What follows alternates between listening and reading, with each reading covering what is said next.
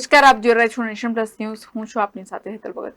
Surat railway station પર Secunderabad Rajkot express ટ્રેનમાંથી બે ઇસમોને ગાંજાના જથ્થા સાથે પશ્ચિમ રેલવે એસઓજી તથા એનડીપીએસ ડેડિકેટેડ ટીમે ઝડપી પાડી વધુ કાર્યવાહી હાથ ધરી છે.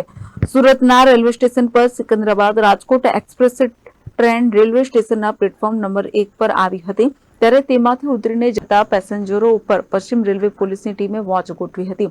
તે વખતે પ્લેટફોર્મ નંબર 1 પરથી બે ઇસમો વજનદાર ટ્રોલી બેગો લઈને જતા હતા, ત્યારે પશ્ચિમ રેલવે એસઓજી તથા એનડીપીએસ ડેડિકેટેડ ટીમને બેગોને લઈને શંકા ગઈ હતી, ત્યારે પોલીસે બંનેને અટકાવી બંને બેગો વિશે આજે પૂછપરછ કરી હતી અને બેગોને તપાસતા ગાંજો હોવાનું જણાઈ આવ્યું હતું.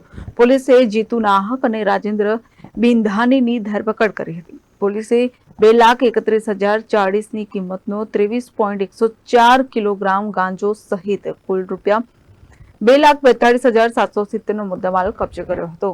Bureau report, nation plus news, Surat. સમાચારોનો સતત અપડેટ મેળવવા માટે અમારી નેશન પ્લસ ન્યૂઝની યુટ્યુબ ચેનલને સબસ્ક્રાઇબ કરો, બેલ આઇકન દબાવો અને જોડાયેલા રહો ફેસબુક, ઇન્સ્ટાગ્રામ અને ટ્વિટર પર.